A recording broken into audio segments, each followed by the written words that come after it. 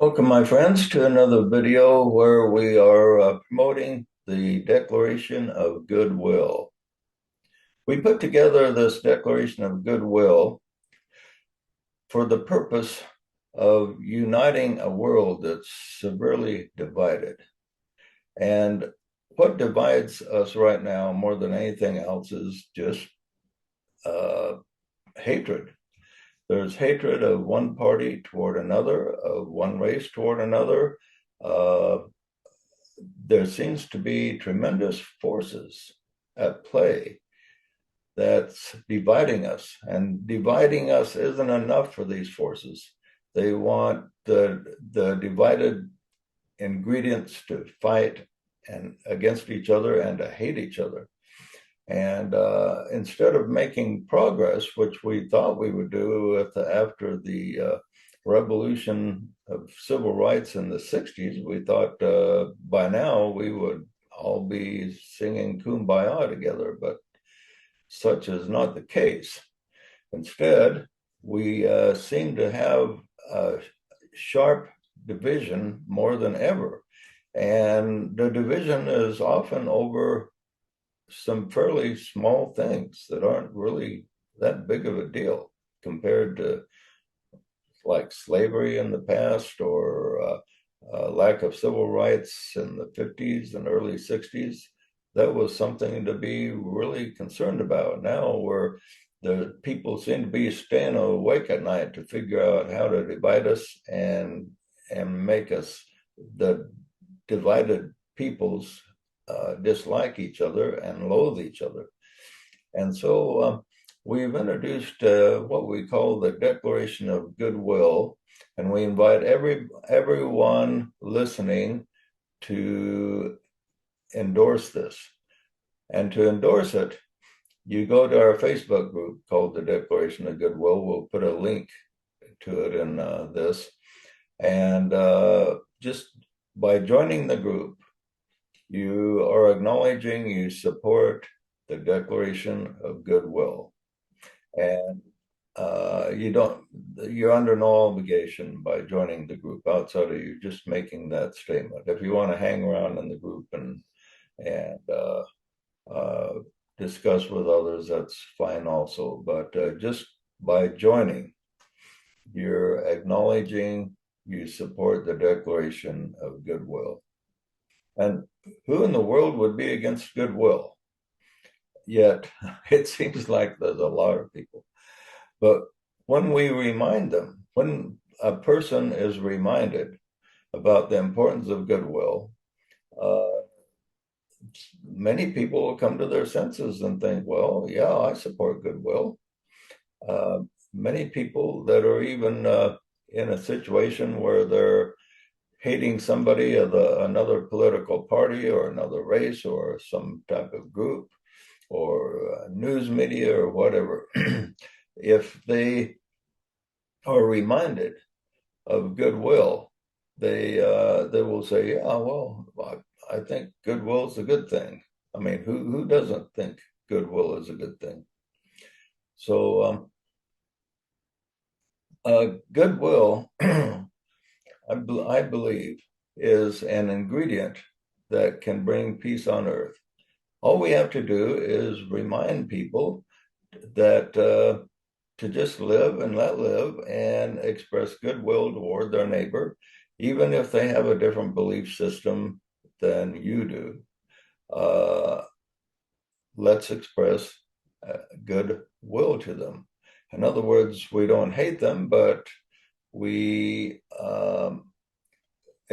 we wish them the best. And that's not that complicated. It's not that hard to do. But if you think about it, if the majority of the people on the planet just were willing to embrace goodwill toward all, then we would have peace on earth tomorrow. All the wars would be put away, and everything would be a lot different than it is today. The solution is very simple, but motivating people toward the solution is quite difficult. And one of the big problems today is we are not united. Like I said, it seems like there's tremendous forces at play consciously trying to divide us. And so what we need to do is focus on union rather than division. And in the political realm, there's tremendous division, not only in the United States, but all over the world. It's just like a virus that has spread like crazy. And one side seems to always be embittered toward the other side. They feel that they're just too different to ever get along. But the two different political sides, the left and the right, do have a number of things in common. And I think we should look at what we have in common. If we see that we do have really quite a bit in common, then we can take more steps toward goodwill and peace on earth. So let's look at what we have in common politically with the left and the right. We've created 12 principles of political unification. And these are 12 areas where every person of reason will pretty much agree that, yeah, both the left and the right can endorse these 12 principles. So let's go through these. The first principle of political unification is this: I seek that which is good for my country and the world above that which is good for my party. I also agree to put the security of my country and the world above the views or actions of my own political party.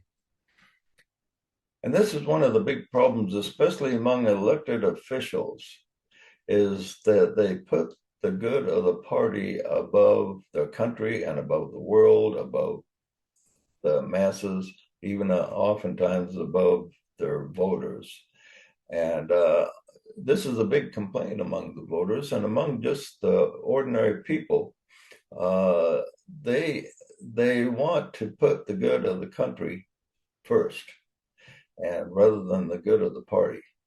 If you put the good of the country first, well, then your party is going to actually look pretty good, and it will get more votes than the other party if the other party is not doing that. So this is a principle that I think the majority of the people, left and right, can both agree on, that we should put the whole, the good of the whole above the good of the part, the good of the country and the world above the good of the party. Okay, there's lots of ways you can make your party stand out, but and there's no better way than to work for the good of the whole. Here's a second principle. I support the principle of free speech. I should be allowed to express my political and spiritual views, however repulsive, without legal restrictions, and allow all people the same privilege. When I was younger, free speech was not controversial, but lately it has become controversial. Remember the old quote that people used to say a lot is, I disagree with what you say, but I'll fight to the death for your privilege of saying it.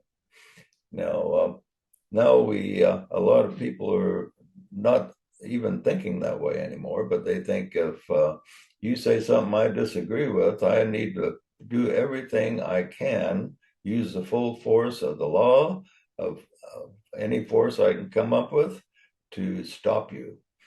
But I think the majority of the people in this country and the world still support the principle of free speech. Allow the other guy to have his say. I mean, look at the country where there is less free speech than any other place on the earth, which would be North Korea. If you say one thing out of line, or if you even frown when their leader is speaking, you can be in big trouble. And we don't want to head that direction. We want to head the direction of free speech, inclusiveness, allow people to have their say, even though we don't agree. And I think the majority of the people will support principle number two. And this is probably the most controversial principle of the 12, but it really shouldn't be. And it wasn't a few years ago, but we're headed away from uh, tolerance of speech. And we need to go back to that, to let the other guy have his say and say, well, you know, I disagree. You can even think the guy's crazy, but let him have a say. If he's too far out there, nobody's going to accept him anyway. Principle three. I support the principle of freedom and work towards securing the greatest possible freedom for individuals and groups in every situation. I accept the principles of freedom enunciated in the U.S. Constitution and the Bill of Rights. Most people, when they read the Bill of Rights, still accept them. That's a great document. And most people want maximum freedom for the whole. To have maximum freedom of the whole, takes a certain amount of good laws and regulations, and but not too many. We have to have a balance, and having that balance, uh, the balance we're looking for, will produce the greatest possible freedom for all. Now, in the past, people had some weird ideas of freedom, like the slaveholders in the Old South used to think the slaves enabled them to have more freedom. So they said they were fighting for their freedom in the Civil War, the freedom to own slaves. Well, that's a freedom for a small part. Here, this principle is freedom for the greatest possible freedom for individuals and groups. So we want the greatest possible freedom for all, not just freedom for an elite group. In every country, even North Korea, there's elite groups with quite a bit of freedom.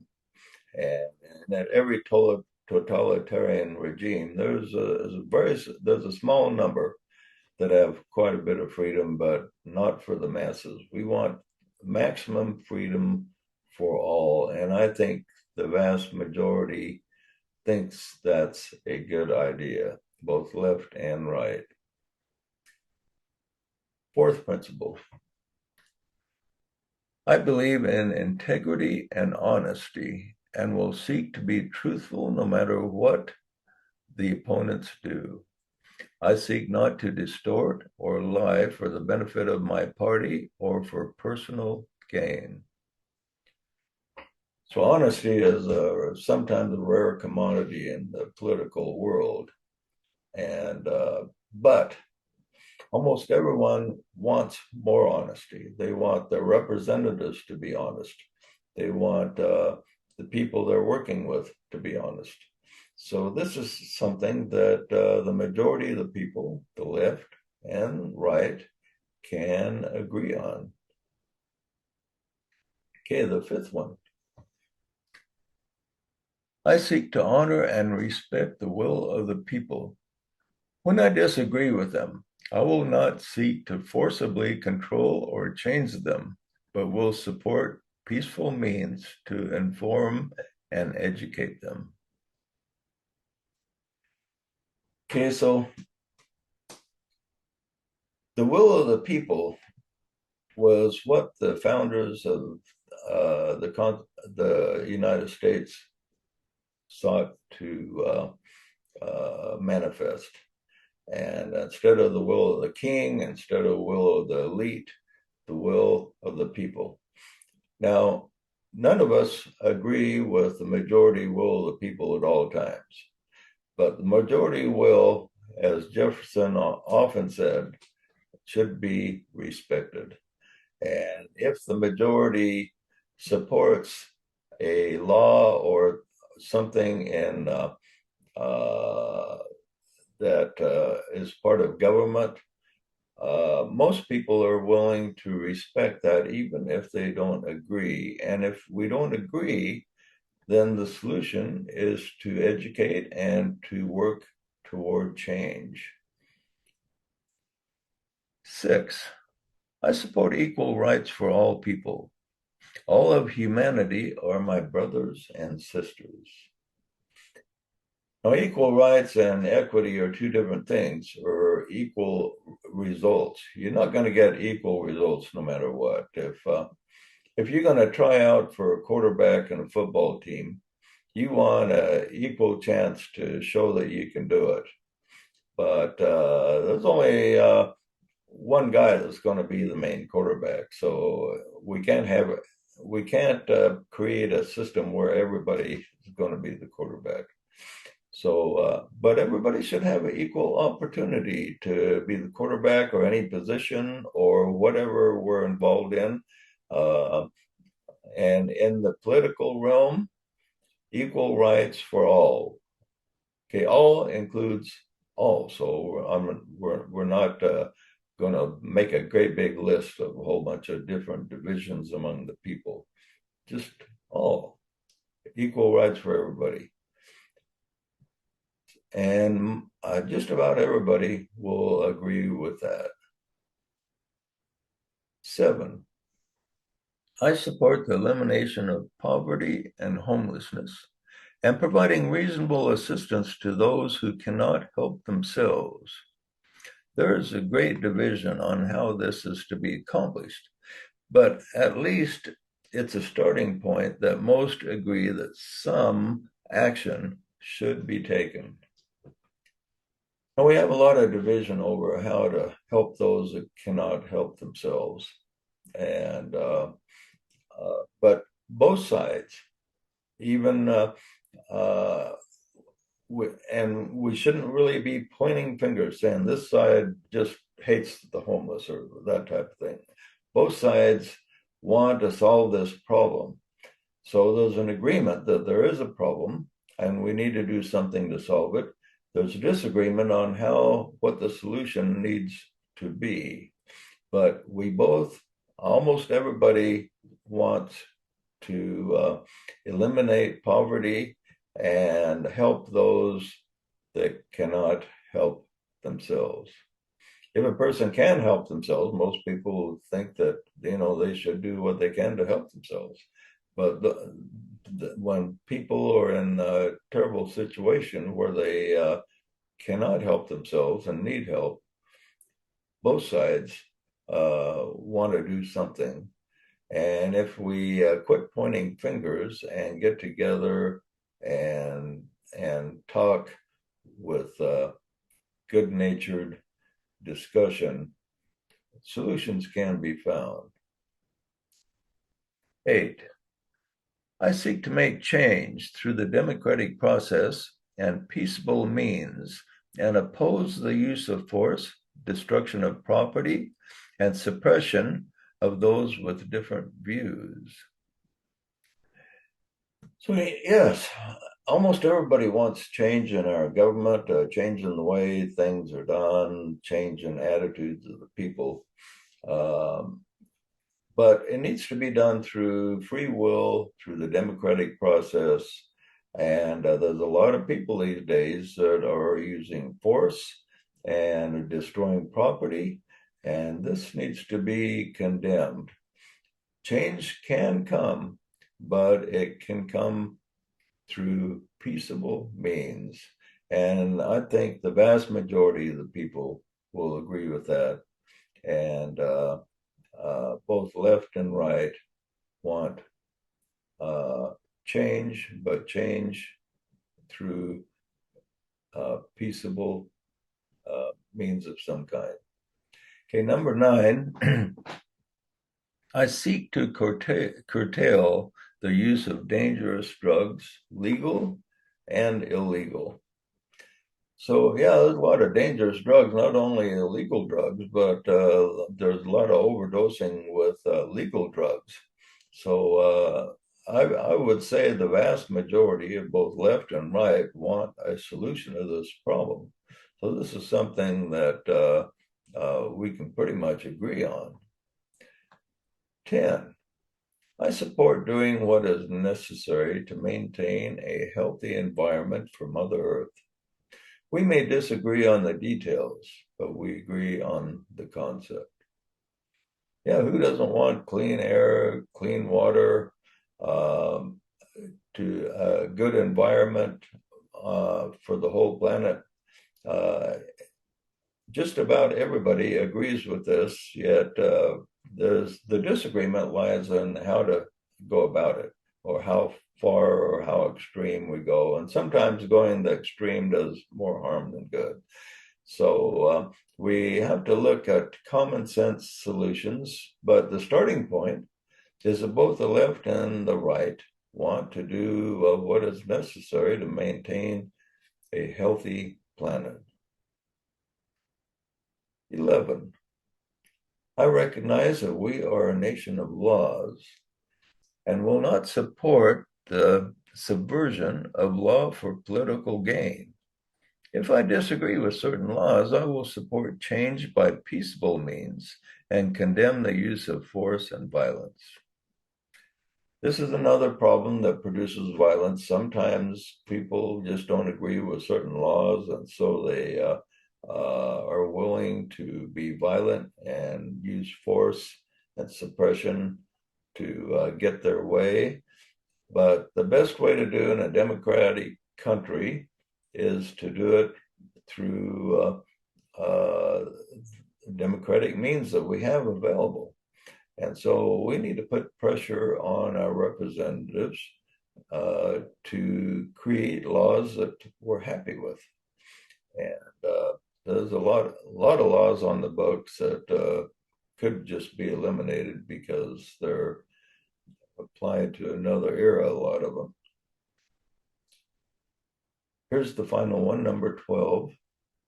I commit myself to sending goodwill and the spirit of friendship to all involved in the political process, especially those with differing political views.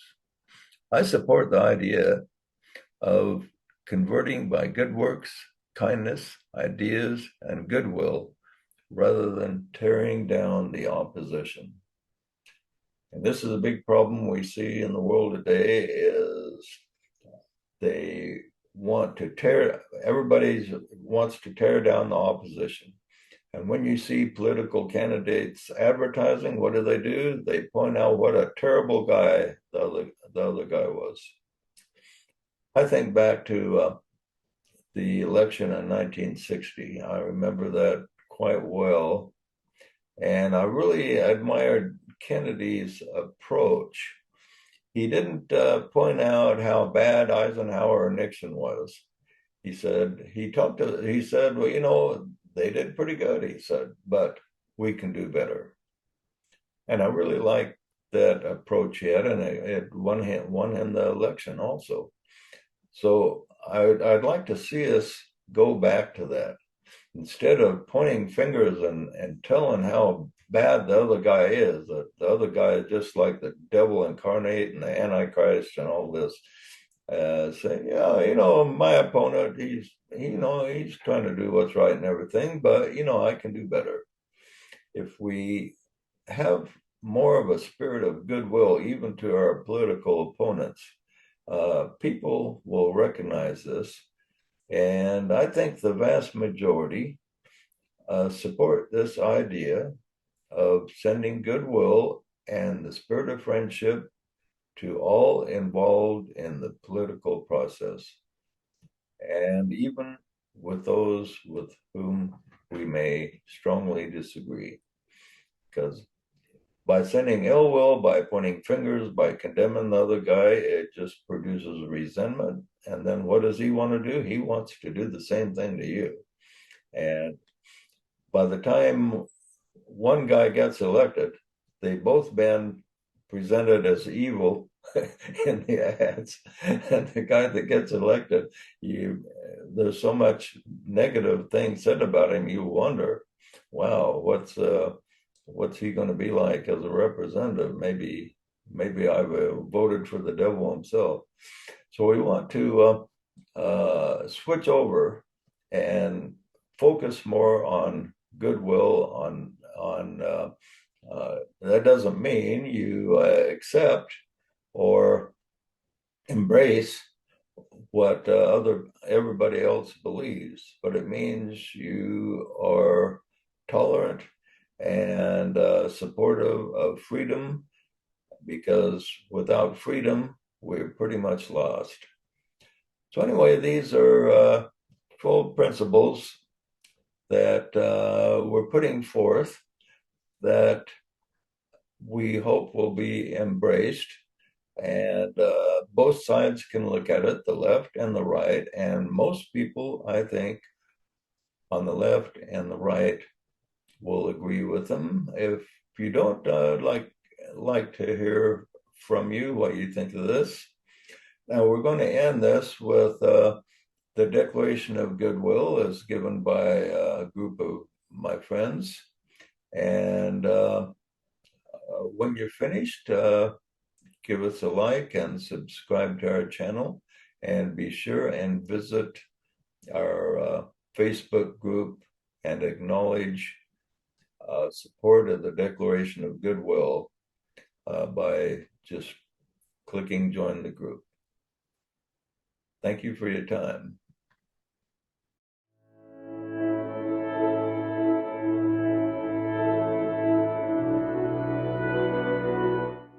We, the people of goodwill from all nations, who desire to see the people of this planet progress in a state of peace, safety, and friendship, find it necessary to act and issue this Declaration of Goodwill.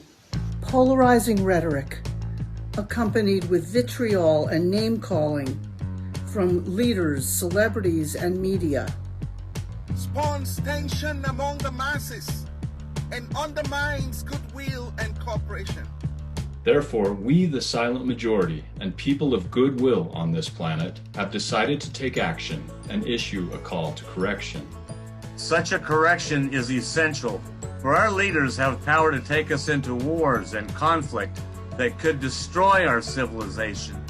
We do not expect our leaders to agree with us or each other on all matters, for that is beyond the present ability of most individuals. But there is one thing all can do that will pave the way to quieten the present conflicts and opening the door to peace on earth. We can all be civil to each other and send goodwill, rather than the prevailing ill will that we currently witness. Loving our neighbor as ourselves is at the core of the teachings of every great messenger from the past. And we need to be reminded of this now, perhaps more than any time in our history. The great majority of us who are not in power do not hate those who vote or think differently than ourselves, nor do we care about their race, sex, or status. We are willing to extend a hand of friendship and goodwill to all who will accept it.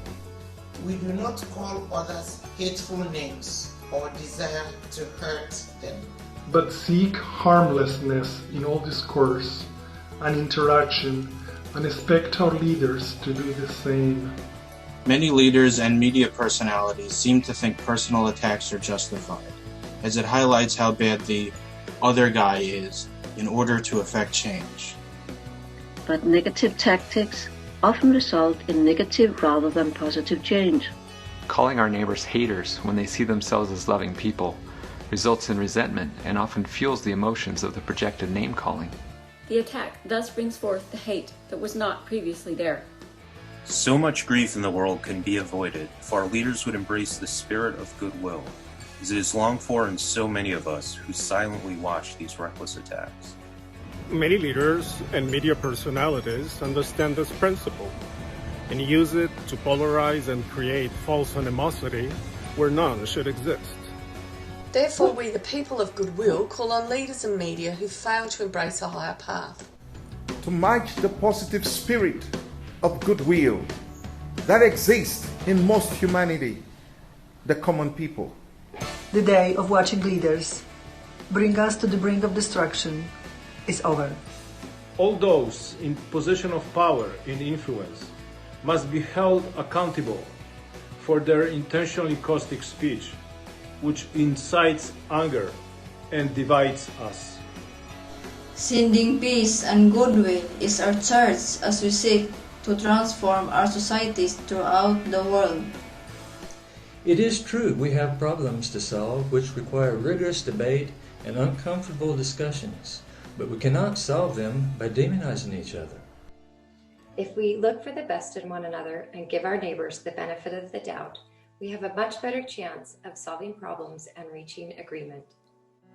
Indeed, we need to start with ourselves. If each of us does our part to extend goodwill and friendship to all and encourage others to do the same, the world will be healed, and we can safely enter into a new era of peace and goodwill.